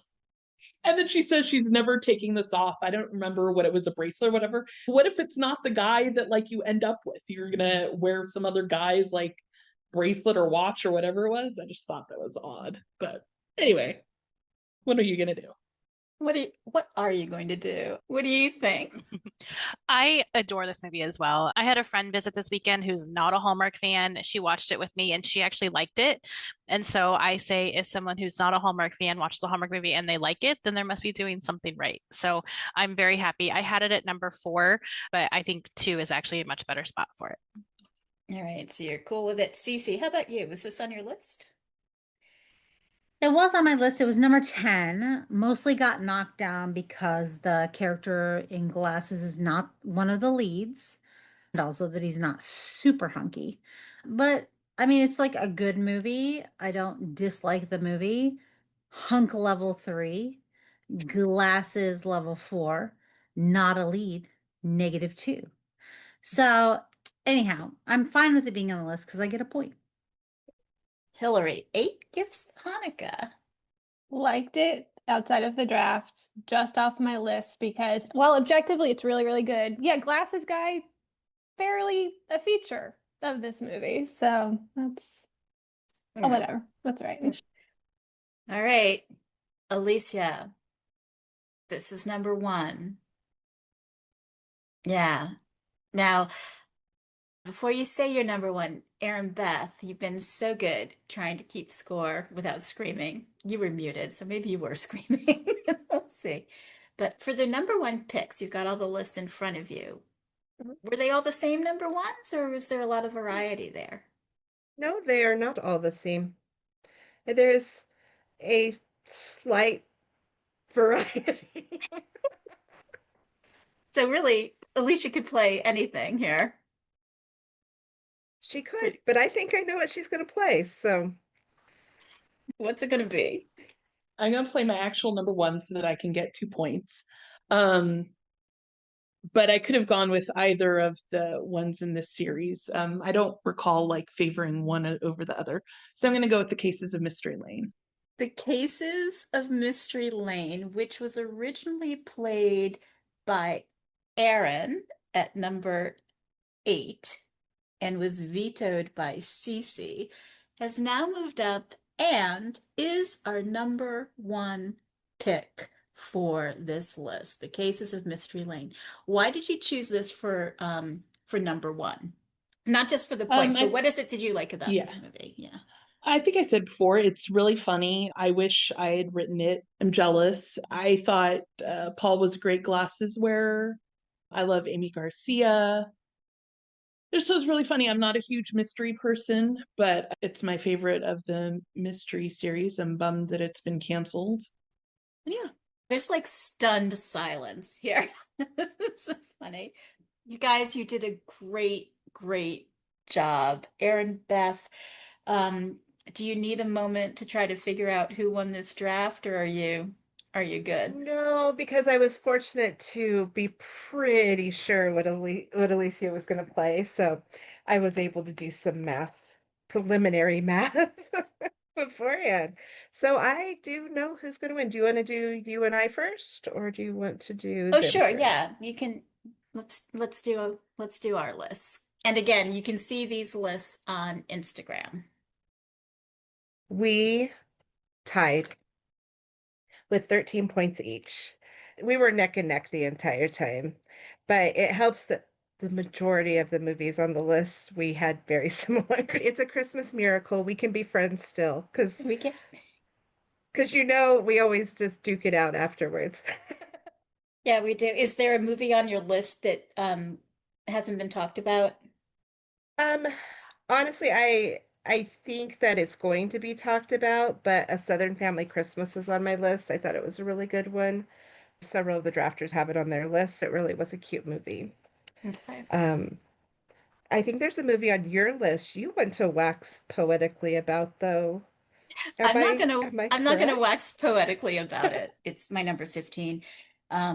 Cancel Christmas from 2010. Everyone needs to see this movie. This movie is so bad that it's entertaining. Judd Nelson is Santa Claus in this movie, and a creepy Santa Claus at that. I would rather see Judd Nelson as Batman or Superman or Pokemon than Santa Claus in a movie. But that said, everyone should really watch this movie just for just for the ick factor of the Santa Claus that's in it. I can't believe this movie got made. And it's a 2010 one. So that's I my wish they pick. would bring back Natalie Brown. She's, she's one of my I older agree. like faves, and I don't know why they don't have her back. Yeah, Yeah. because she was in quite a few before. Yeah. Never has So Judd Nelson looked less attractive. Like, you have to go to great lengths as a Gen Xer, as a 51-year-old woman, to make Judd Nelson look gross to me. Like, I am the Breakfast Club's Of course. like niche, like the person they're trying to reach when that movie came out. I Same. am Same. a St. Elmo's Fire all the way, even though he was a douchey lawyer in that movie. I love Judd Nelson. Never has he looked less attractive. This is a draft about hunks. Never has a man. This was the number one thing on my veto list, Lynn.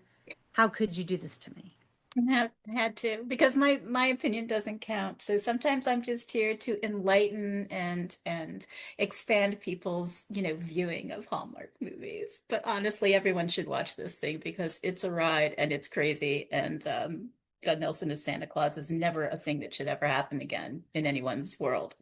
Okay, so I would just like to know, just because of all the shaking of heads, how many people had this movie on their veto list? Like, will not be on this list. Yeah. oh Four wait, of the five. four So, of the five, not bad, not bad. Okay, don't keep us in okay. suspense anymore. All What happened right. here? So, our sweet Meredith came in last place with 11 points. We amazingly had a three-way tie with 14 points for second place. And so that was Cece, Alicia, and I do the dramatic pause because when I say this last name, everyone knows who wins. And we know that Lynn doesn't play favorites, but Erin was the third of the trio. So Hillary with 16 points. You're muted. Unmute yourself. I don't know how, like, but I got 4 of them exactly in the right spot. I mean, that was Exactly. what it did. It just like miracle.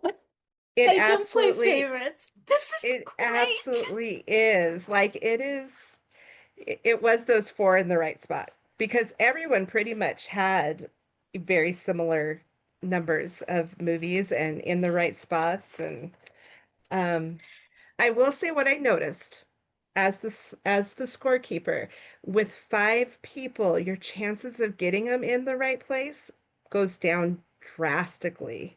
And so I was really impressed with Hillary because This is they were great. just getting played all over the place. So congratulations. This is Hillary's worst nightmare. She's like, oh my God, now I have to do this tournament again. That you're not wrong. I didn't really think about. I wasn't trying to win this. I was just trying to play. So, I mean, crap. Okay. It's okay. Just remember the first round is, basically a survey Crazy. response kind of a thing. So there's no talking there. It's the second round that you shine in. And I hope that you make it to the second round because this is great. You guys, you did such a wonderful job. I want to offer the same opportunity before we close it out, and I'll do it in the veto order. If there's a movie that's on your list that we haven't already talked about, feel free to say something about it now. So, Meredith, I'm going to start with you. Is there a movie that we didn't talk about that was on your list? Not that I care that strongly about talking about. I am curious to know what other people thought about Haul Out the Holly All Lit Up. I liked it much better than Haul Out the Halloween, and it was 14 on my list. I don't know if anybody else had it on theirs, but it's not like it was very high. But I liked it more than a lot of people I know seemed to like it. It seemed to annoy a lot of people. Yeah. Did anybody else have lit up on their list? No? Number 8 on mine. Alicia did. She's the only one. She had it on 8. Okay. Alicia, any movie on your list that we didn't already talk about? No, I think we talked about all of them I except know, for with Lit Up. Yeah. 14 points. Way to go. Erin, what about you? Yeah, the one movie that we didn't talk about was the one that Aaron Beth alluded to, My Southern Family Christmas. I really enjoyed the main character, the female, and I'm blanking on her name right now. Lacey Elliott, is that right? Or something like that. JC Elliott. JC Elliott. I really appreciated the fact that she is plus size, so there's representation there. I also appreciated the fact that she was very real in that movie. She wasn't polished all the time. She had like a messy bun at times. It just felt really genuine and sincere. I thought that the fact that her family or her mom and stepfather, they encouraged her to explore and find her biological dad in that family. The sister dynamic was great. It was a very touching movie, and the hunk I thought he had a really nice role. I think they could have developed the relationship more, but I was more focused on the family aspect. I enjoyed that one.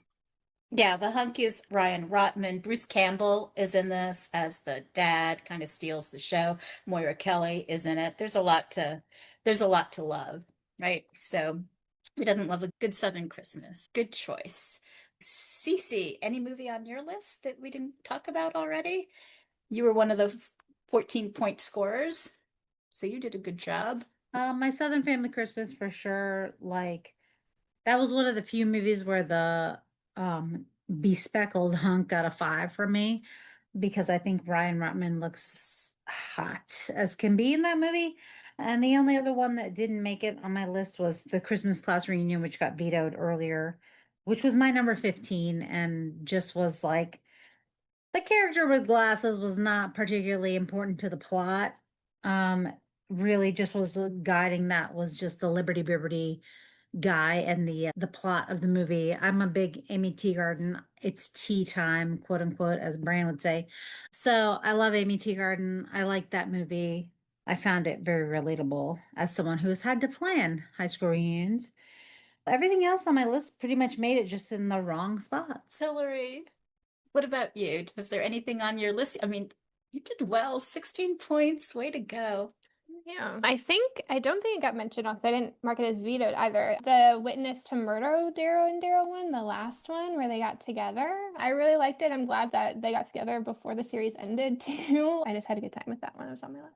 It's a great series. You know, anytime it's eligible for a draft list, one of them usually gets played. So this was great. You guys, thank you so much for doing this. This was such a blast. Listeners, be sure to follow Hallmark Movie Drafts wherever you get your pods. It's available everywhere. Subscribe to our YouTube channel. Follow Hallmark Movie Drafts on Instagram. If you love HMD, please share and recommend our podcast and socials with your friends. We love hearing what your number one movie would have been. And please take a moment to leave us a review on Apple and Spotify. It really helps other Hallmark fans find the show. Don't forget to use promo code HMD on Bissingers.com for 15% off on Bissinger's chocolates and confections. It's good all the way through December 31st. They actually offered it up to us, even before Thanksgiving. So we've been talking about it a lot, and I know a lot of folks have been using it. Still to come in December, as I said, Stephanie Purcell and I will face off to draft the Lifetime holiday movies of 2025 that they're dropping. She and I have never drafted before against each other. We rarely agree on anything, so it's going to be a lot of fun. Coming up in January, we've got the HMD 2025 Tournament of Champions that will kick off. Hillary is now joining that list of champs, so that's great. And in January, still to come, in January, Mary, Brian, and Vanessa will be returning for the 4th year in a row to draft the definitive top 10 list of Hallmark's 2025 Countdown to Christmas holiday movies. So a lot going on. January and February are going to be super busy months for us. So once more, for the final time, here is the definitive list of the 15 best Hallmark movies featuring a hunk in glasses, as drafted by Meredith, Hillary, Erin, Alicia, and Cece. Here we go. At number 15, The Most Colorful Time of the Year. At 14, Naughty or Nice. At 13, Happy Holidays from Cherry Lane. At 12, For Love and Honey. At 11, Haul Out the Halloween. At 10, Notes of Autumn. At 9, Darrow and Darrow, Body of Evidence. At 8, A Not So Royal Christmas. At 7, In Merry Measure. And 6, How to Fall in Love. At 5, Darrow and Darrow, the pilot. At 4, Haul Out the Holly. At 3, The Santa Summit. At 2, 8 Gifts of Hanukkah. And at number 1, The Cases of Mystery Lane. Great job, everybody. Let's all say bye. Bye. Bye. Buy some chocolate.